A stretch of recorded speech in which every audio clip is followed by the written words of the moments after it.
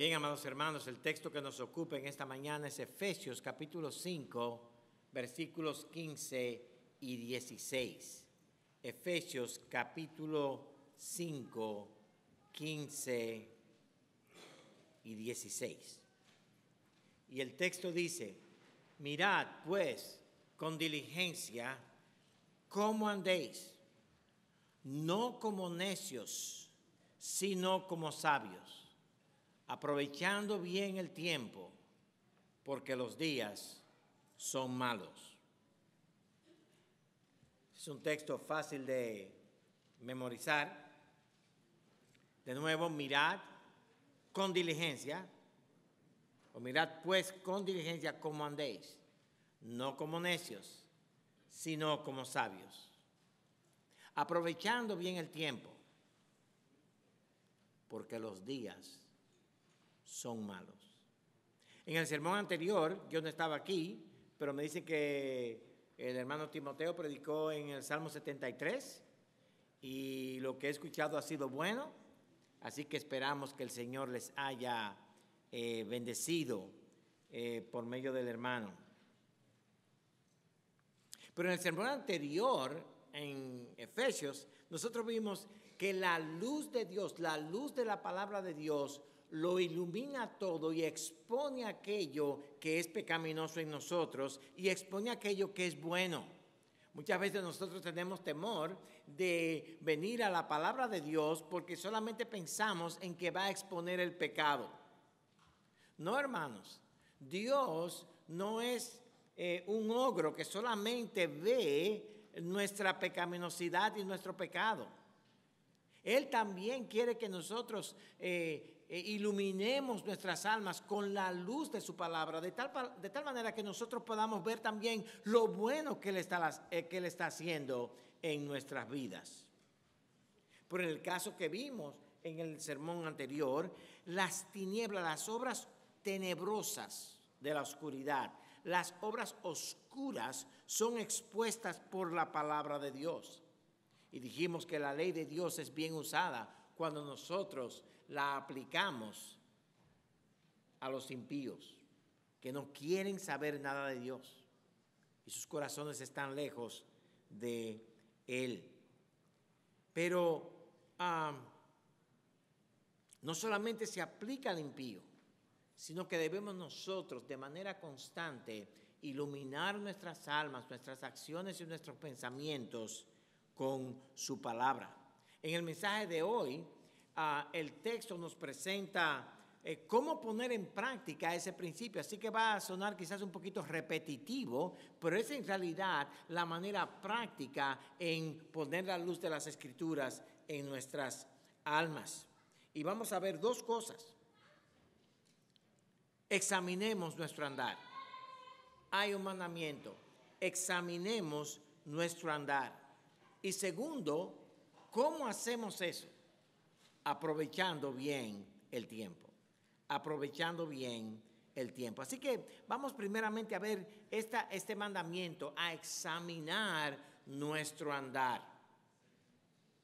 Desde el capítulo 4 nosotros vimos que Pablo está haciendo contrastes. Quitaos el viejo hombre, poneos el nuevo hombre. Quítense la ropa vieja, pónganse la nueva. No andéis como los gentiles, anden como los hijos de Dios. Y ese contraste siempre está hecho y la aplicación siempre es: quítate lo malo, quítate el hombre viejo, quítate aquello que no te conviene y ponte el nuevo hombre, ponte el estilo de vida cristiano. Y en realidad, si fuéramos a resumir todo esto, es lo siguiente: abandona el estilo de vida del mundo y ponte el estilo de vida cristiano. Y el contraste en todo el capítulo 4 y en el 5 hasta ahora que hemos visto, hace imposible que nosotros, entendiendo una cosa, nos vistamos de las dos cosas a la vez. En otras palabras, nosotros no podemos vestirnos del viejo hombre y del nuevo hombre a la vez. Nosotros no vamos a engañar a nadie con eso. O actuamos como creyentes en ese momento o actuamos como no creyentes en ese momento. No hay término medio. Los steak a mí me gusta término medio rare, pero la vida cristiana no hay término medio.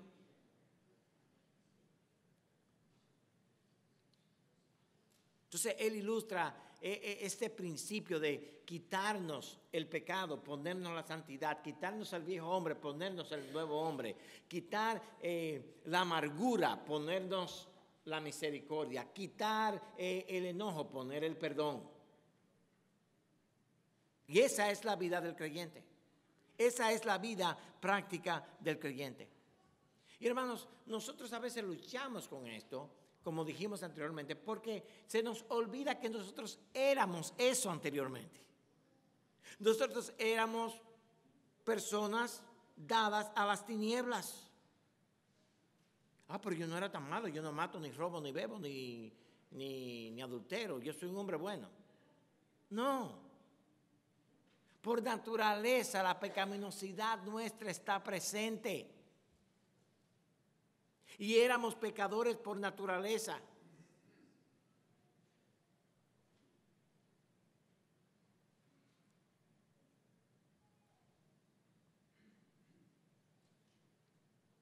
Pero es por su gracia, su amor, que Dios envió a su Hijo, el Cordero de Dios que quita el pecado del mundo, para darnos una nueva vida, un nuevo estilo de vida.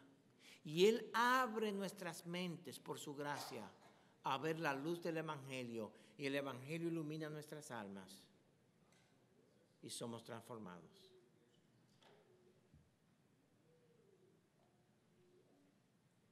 Pablo ahora nos da otro contraste para que entendamos el mismo principio, pero de una manera más práctica. Y ese contraste está en el versículo 15.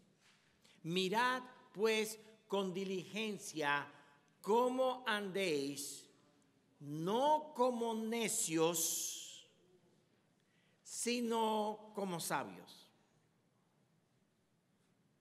El necio aquí es el gentil. El necio aquí es el que no conoce a Dios. El necio aquí, vamos a ver en un minuto, es lo opuesto a Dios. El sabio es quien conoce a Cristo, quien anda con Cristo, que anda en los caminos de Cristo, que por su palabra crece en el carácter de Cristo. Pero el llamado aquí es examinarnos. Examinar cómo andamos, ya sea como necios o como sabios. Y el mandamiento es a mirar. Esa palabra que se traduce mirar, esa palabra es una palabra de consideración, de observación, de evaluación. Y la idea aquí es muy simple. Toma tu estilo de vida, tus miedos, tus amarguras, tus enojos, o por el otro lado, tu gozo, tu amor por los demás, tu servicio. Cualquiera que sea tu estilo de vida, ponlo frente a ti y examínalo, obsérvalo, defínelo. ¿Cómo en realidad, Josué, estás tú viviendo? Martin Lloyd Jones, en su presentación del Salmo 42, dice que muchos de nosotros fallamos en la vida cristiana porque no nos sentamos a nosotros mismos en una silla y le preguntamos, ¿por qué tú haces lo que tú haces? Y a veces, y esta es la idea del texto, la idea del texto es que Josué debe sentar a Josué en una silla y preguntarle, ¿cómo estás viviendo tú? Tú y yo nos conocemos. Tú puedes engañar a fulano, pero ¿cómo estás tú? Siéntate en esa silla y explícame el estilo de vida que tú llevas. Y esa es la idea del texto. Y debemos hacer esto como individuos de manera regular. Considerar cómo andamos nos lleva a examinar nuestras vidas en las dos esferas esenciales de una persona: la mente y la acción. La mente y la conducta. Lo que tú piensas y lo que tú haces. Y estas dos cosas nunca son separadas. De hecho, tú actúas según lo que crees y piensas. Esto no es separado. Y el llamado aquí es que debemos examinar qué estamos pensando, cómo estamos pensando, porque ahí está el centro, ahí está el origen de cómo estamos actuando. Y muchas veces podemos empezar con ¿por qué hiciste eso? Con la conducta. Pero al fin y al cabo debemos llegar al alma, al pensamiento. Y Pablo dice, debemos examinarnos.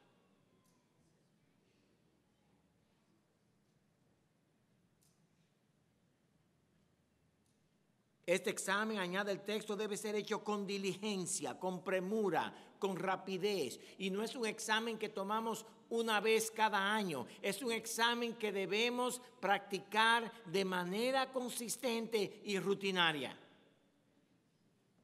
Quizás hoy la vida tuya te fue muy bien en el trabajo normal y todo funcionó bien y no hay ningún problema. Pero mañana se te presenta un problema. Y tuviste un conflicto con alguien. Bueno, es bueno, hermanos, ahí, después de llegar a la casa o en su tiempo solo, sentarse a usted mismo. ¿Por qué actuaste así? ¿Por qué le dijiste eso? ¿Qué hay en tu corazón que te llevó a? Pero esto debe ser hecho con diligencia. Con diligencia. Y los creyentes debemos examinar no solamente nuestras almas, sino todas las cosas con diligencia. ¿Por qué ese partido político cree esto y por qué ese partido político cree aquello? El cristiano debe sentarse y examinar con diligencia. ¿Por qué en las escuelas se están enseñando esto y esto? ¿Y por qué allí se enseña esto y aquello? ¿Qué pasa? ¿Qué le están enseñando a mis hijos? ¿Qué no le están enseñando a mis hijos?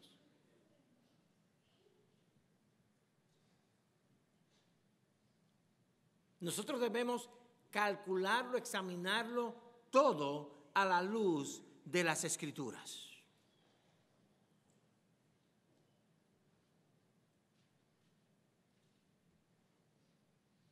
Pero el texto nos está mandando a nosotros a examinarnos por una razón muy simple. Si nosotros estamos en la palabra de Dios, vamos a ser capaces de entonces evaluar con la palabra de Dios todo lo que nos rodea. Entonces, llenos de la palabra de Dios, nosotros vemos la sociedad, como veremos en un minuto, porque los días son malos.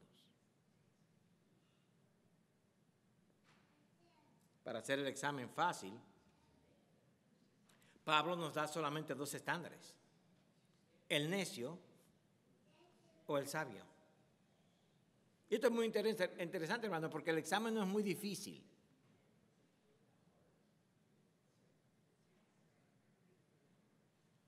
El necio, se habla mucho de él en las Escrituras. De hecho, hermanos, yo les voy a recomendar que esta tarde, así por el mero hecho de estar aburridos, se sientan y leen a Proverbios. Empiece con el 1 y siga con el 2 y dele al 3. Ahí hay suficiente acerca del necio. Los proverbios están llenos del necio.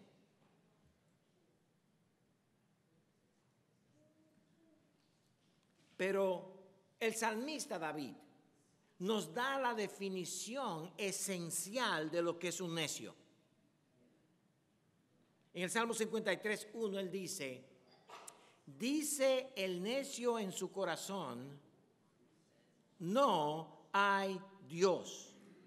Se han corrompido e hicieron abominable maldad, no hay quien haga el bien.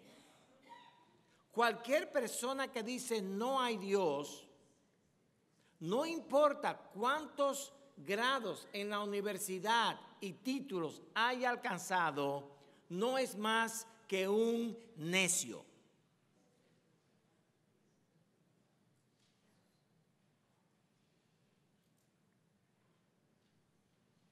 Un necio. ¿Por qué? Porque la esencia de la necedad es decir que no hay Dios, contrario a la declaración y la evidencia que tenemos presente. Dime una pregunta, hermanos. ¿Cuántos de ustedes, levanten la mano, creen que esa pared es roja? No hay muchos necios aquí. Yo no sé de colores, pero yo le voy a llamar a eso crema, color crema. ¿Eso es correcto? Más o menos. Ok, entonces ¿cuántos de ustedes creen que esa pared es crema? Oye, hay muchos necios todavía aquí porque... No, el punto es este, hermanos. Eso es evidente. La pared no tiene que darme una lección a mí en cuanto a que es color crema. Eso se ve. El necio dice, no hay Dios. Y las escuelas están entrenando a nuestros hijos y educando a nuestros hijos en algo bien simple. No hay Dios.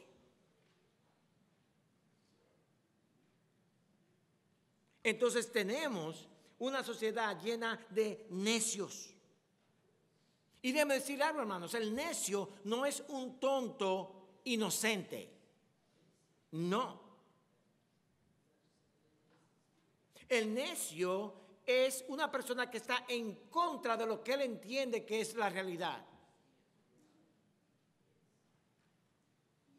La verdad es que Dios es de eternidad a eternidad y debe ser adorado por cada uno de nosotros. El necio no cree en Dios inocentemente, como dije, sino que se habla a sí mismo falsedad en cuanto a lo que conoce de Dios. Y ahí está la necedad, el centro de la impiedad, el centro de la injusticia.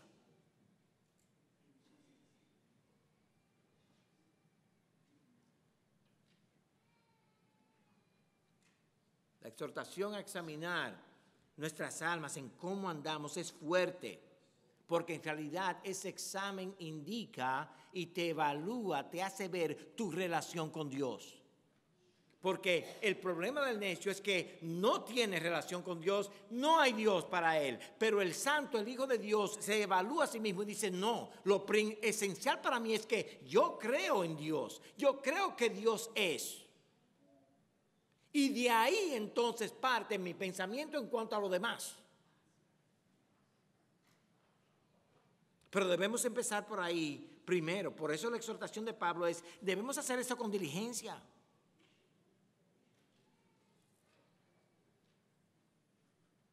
El necio, como dije, se describe en el libro de Proverbios muy bien, pero yo quiero solamente limitarme a la descripción que Jesús da acerca del necio. Después de predicar su sermón, el que conocido Sermón del Monte, usted lo puede leer hoy también, si se cansó de Proverbios, pues lea Mateo 5, capítulos 5, 6 y 7. Ahí está el Sermón del Monte.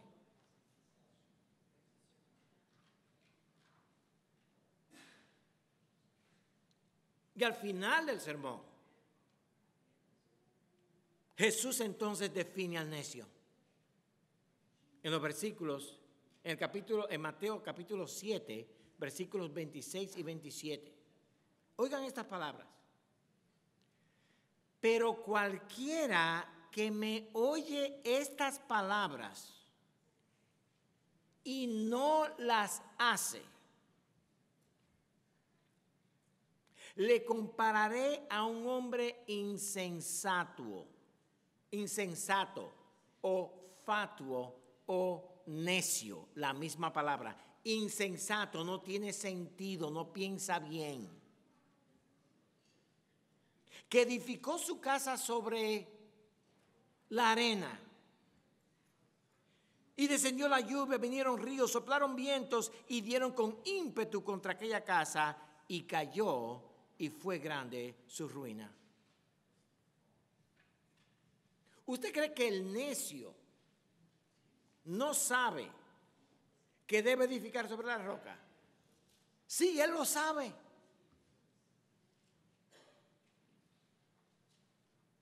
Pero quiere ser cool y hacer algo diferente. Y quiere vivir al lado de la playa. Y hace su casa sobre la arena.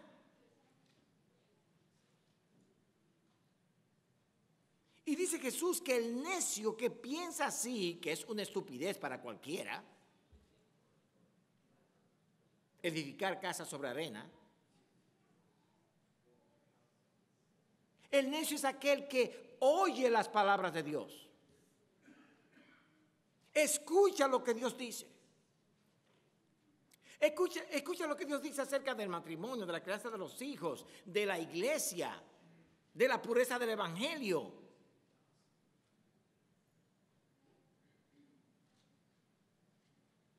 Y no lo hace.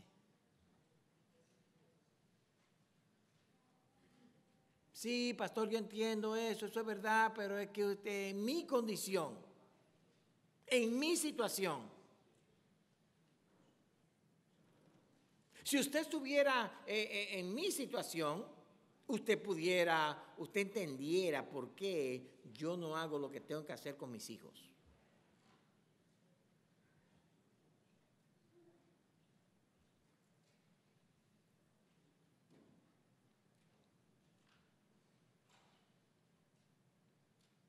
El necio no teme a Jehová.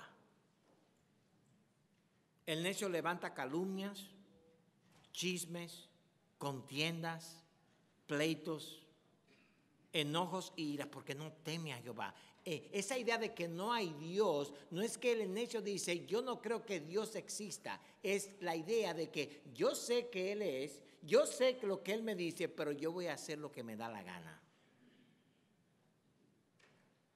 El necio es aquel que le dice a uno, yo sé que lo que usted me está diciendo es bíblico y es lo correcto que yo debo hacer, pero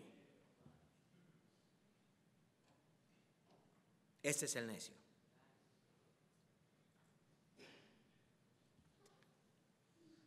Ese reloj no sirve para nada.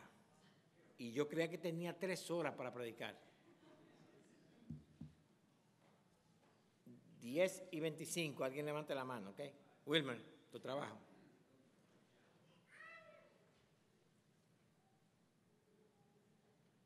Ahora, el contraste está en el necio, entre el necio y el sabio.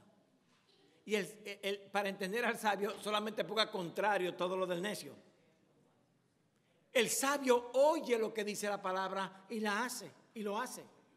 El sabio oye el consejo bíblico y lo toma. El sabio se levanta con temor a Dios, diciendo, Dios, yo sé que tú eres eterno, que tú eres el Dios de los cielos y de la tierra, y que tu voluntad es hecha, y me agrada hacer tu voluntad, como leímos en el Salmo 40 esta mañana.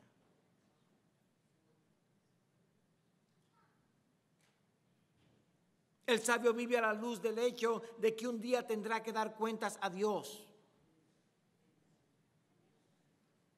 Y hermanos, hay muchos que hacen cosas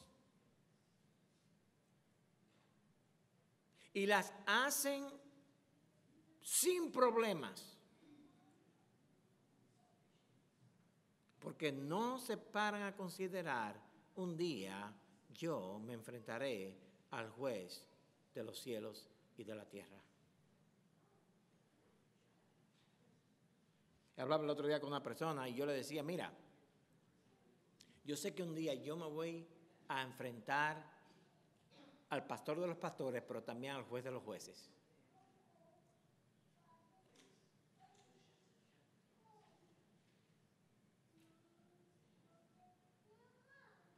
Y en ese día, yo quiero poder decir con toda la integridad,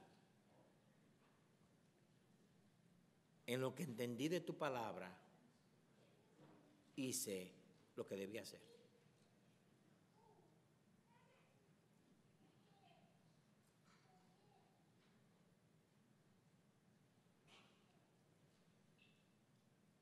Hay muchos que si se paran un momento y dicen, ven acá, en ese día, ¿qué yo le voy a decir a Cristo de esto? Si piensan en eso, se arrepentirían de sus pecados. El necio no teme a Dios, el sabio teme a Dios.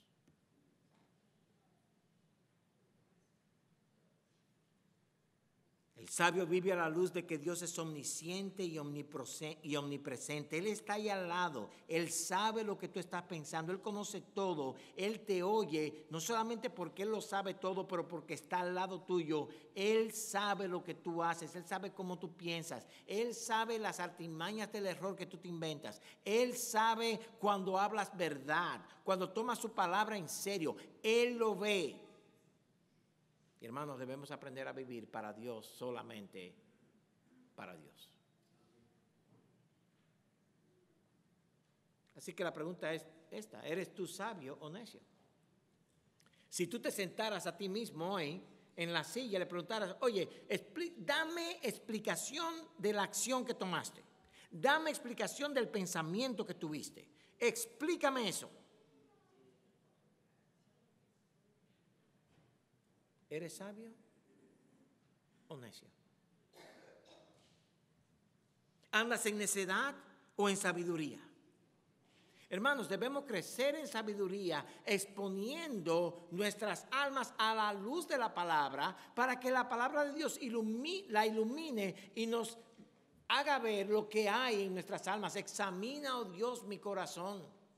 Ve si hay camino de maldad en mí. Pero también examina, oh Dios, mi corazón.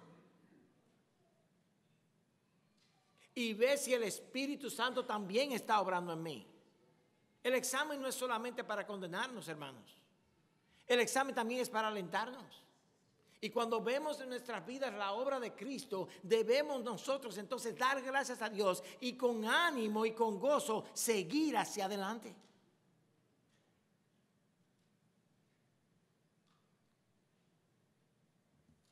Es así que seremos iluminados. Nuestras mentes serán transformadas por la palabra. Comprobaremos cuál es la voluntad de Dios, agradable y perfecta.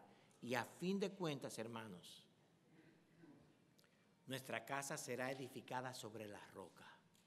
Y cuando las tormentas vengan, quedaremos parados. Aunque nos muramos en la tormenta.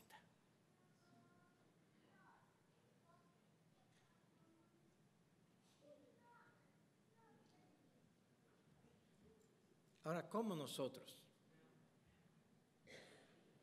hacemos esto? Segundo punto, lo hacemos aprovechando bien el tiempo. Aprovechando bien el tiempo. ¿Cómo podemos mirar nosotros con diligencia si andamos en sabiduría o en necedad? Si nos sentamos en la silla, ponemos la palabra de Dios, hablamos al alma, pero también hay otro factor aquí que Pablo trae, y es cómo aprovechas tú el tiempo. Dice el versículo 16, aprovechando bien el tiempo, porque los días son malos. Aprovechar el tiempo es algo importante para el creyente. El provecho o beneficio es algo que debemos procurar en la vida cristiana. El cristiano siempre busca beneficios y provechos y ventajas espirituales para su alma. Entonces, aprovechar algo es sacarle provecho, es sacarle beneficio a algo. Y el valor, el provecho, Jesús lo define en Marcos capítulo 8, versículo 36. Marcos 8, 36. Oiga la pregunta que Jesús hace. Porque, ¿qué aprovechará al hombre si ganare todo el mundo y perdiere su alma?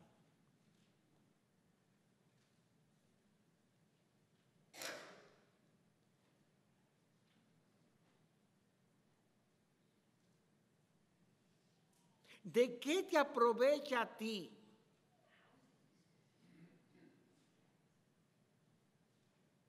tener este carro, esta casa, que ahora te va a consumir tu vida? Digo, compren casa y esas cosas, no estamos en contra de eso. Pero queremos decir que muchos de nosotros nos metemos en cosas que nos arropan.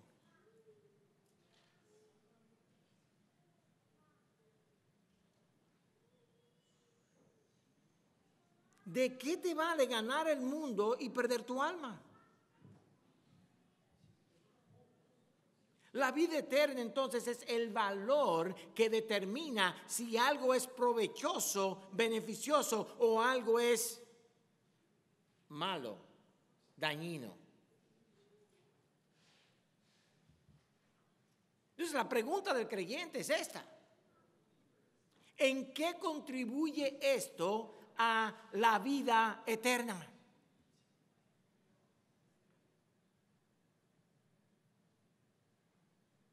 De nuevo, recuérdense que estamos examinando a la persona, le estamos diciendo, óyeme, ¿eres necio o sabio?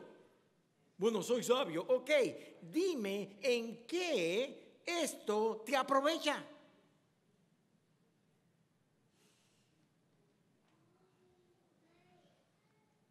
Y lo primero que dice Cristo es que nada en este mundo vale la pena. Nada en este mundo vale la pena. Eclesiastés, el libro de Eclesiastés está dedicado solamente a enseñarnos que nada bajo el sol vale la pena. Por eso él termina diciendo, el fin del discurso es este: teme a Dios. Acuérdate de tu Creador en los días de tu juventud. Ponte a pensar en cosas eternas, porque yo, Salomón, que he tenido todos los placeres del mundo, te digo, no valen la pena. La necedad busca lo presente. La necedad busca lo que está ahí, el mundo. El sabio busca las cosas eternas. Y ahí podemos definir, hermanos, dónde estamos. Muy fácil.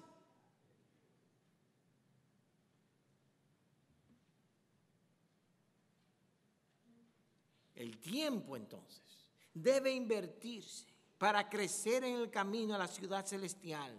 Y debemos evaluar la vida con esto en mente. Podemos, por un lado, desperdiciar el tiempo. Y eso sí lo hacemos muy fácil. Si les preguntara yo a ustedes ahora mismo, díganme algunas cosas en que usted desperdicie el tiempo. A ver si alguien levanta la mano y me dice una cosa. No usted mismo, es otro que desperdicia el tiempo. Estoy hablando de otro. Hablando por teléfono. Usted se para ahí y el otro llama. Y no hay llamada, hermano, que usted no pueda decir que no. No hay texto. Usted tiene una alarma en su casa más fuerte que la alarma de protección para los mensajes que le llegan. Y usted está en una reunión. Un momento. Desperdiciamos el tiempo en eso. Otro más. Social media, igual que más o menos. Hay que estar en Facebook. 3 horas en Facebook a ver si alguien me dio un like.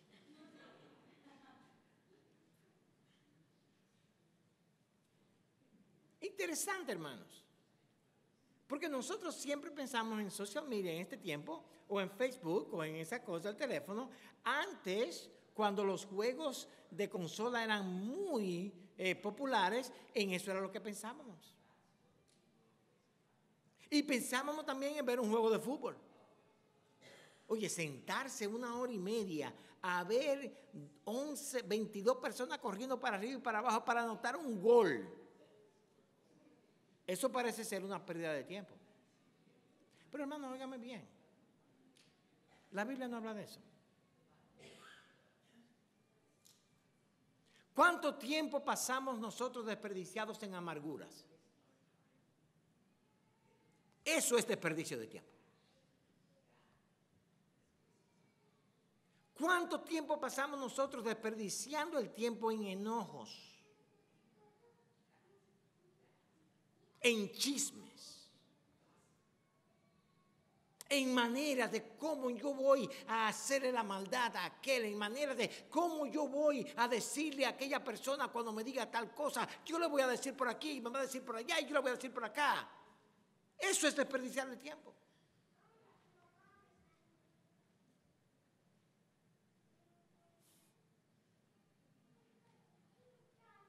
¿Cuántas veces, hermanos, desperdiciamos el tiempo en pleitos, óigame bien, por el color de la cinta que se amarra a la basura? Porque a mí no me gusta azul. Yo te digo que no me gusta. Hermanos, pónganse a pensar en eso.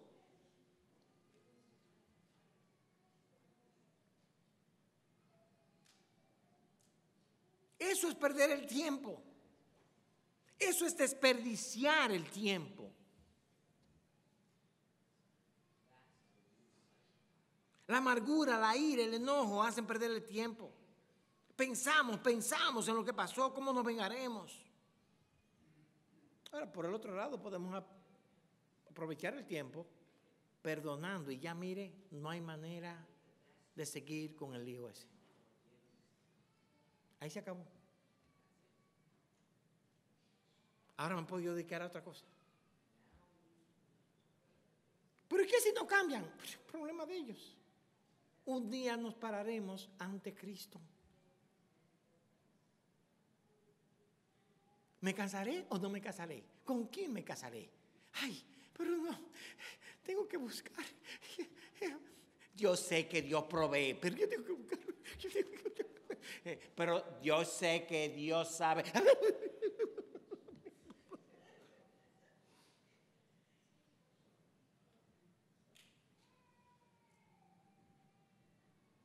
Es una pena, pero desperdiciamos el tiempo.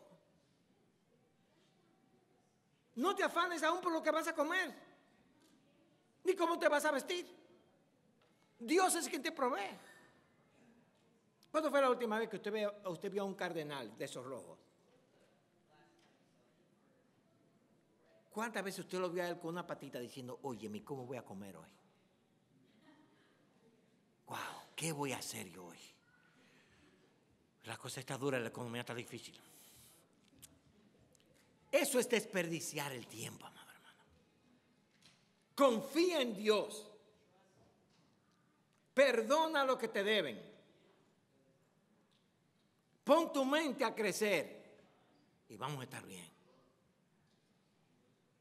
¿Te quieres casar? Dios sabe cuándo te va a dar uno. O una. ¿No te quieres casar? Gloria a Dios. Él sabe cuándo te va a dar uno o una también.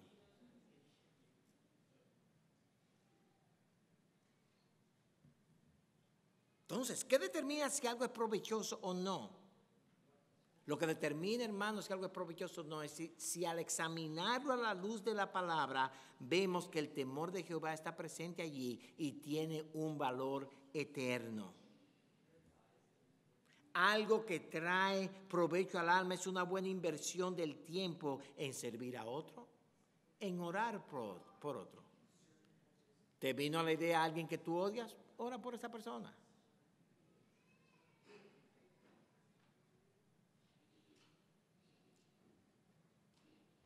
Ver un partido de fútbol con alguien que te anime en la fe es una buena inversión del tiempo.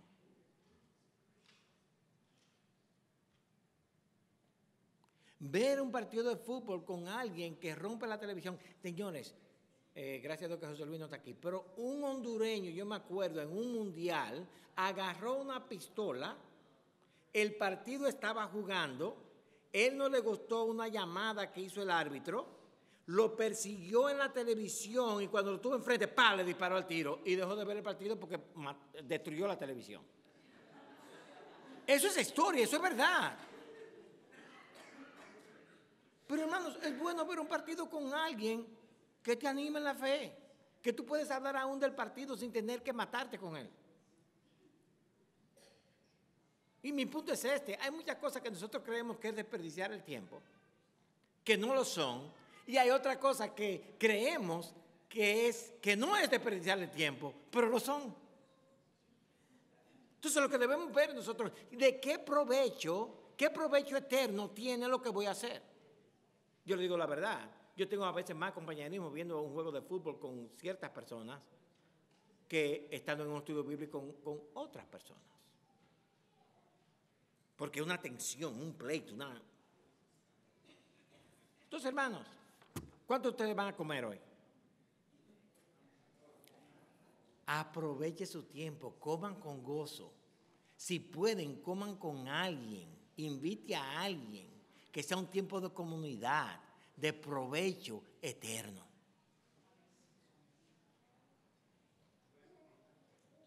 Ahora, en el contexto, el punto de aprovechar el tiempo, hermanos, es examinarnos. Aprovecha el tiempo. Cada vez que tú te acabas una acción, cada vez que tú hagas algo, por lo menos en el camino a casa, pregúntate, ¿hice yo lo correcto? ¿Usé la palabra de Dios? ¿Fue edificante para la otra persona? ¿Fue de un detrimento para la otra persona? Y ese es el punto del texto. El asunto no es si vi un juego de fútbol o no, el asunto es cómo me porté yo viendo el juego de fútbol, cómo se portó el otro viendo el juego de fútbol. ¿Comí yo o no comí? No, el asunto es comimos y nos alentamos y nos gozamos en el Señor por la comida, en medio de la comida.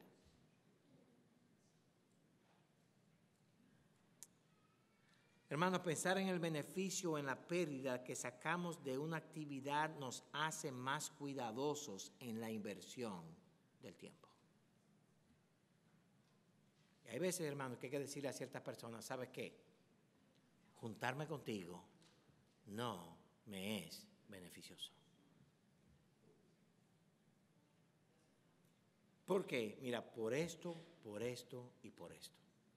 Yo espero y oro que tú cambies. Pero hasta que eso no pase, cada vez que yo salgo de tu presencia, es un desperdicio.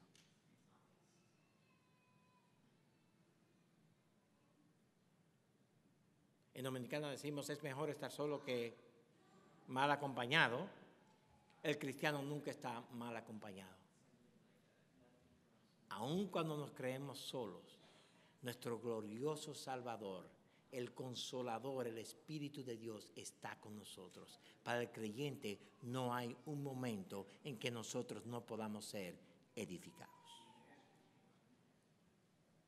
Déjeme terminar con la idea, en la última frase.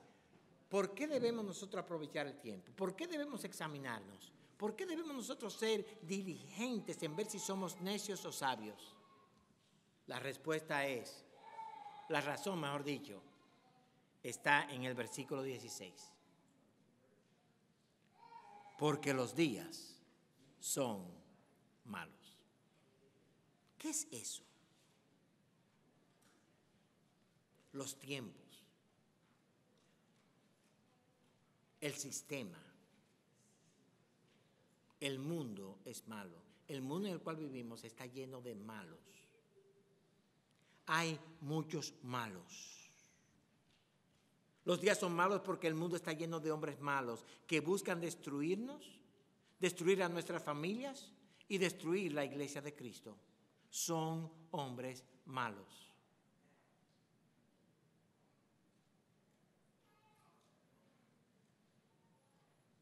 La maldad del hombre, como dijimos, nace de un corazón que dice no hay Dios, la impiedad del hombre. Estamos en una batalla por la mente y el alma de nosotros, de nuestros hijos y de nuestra iglesia.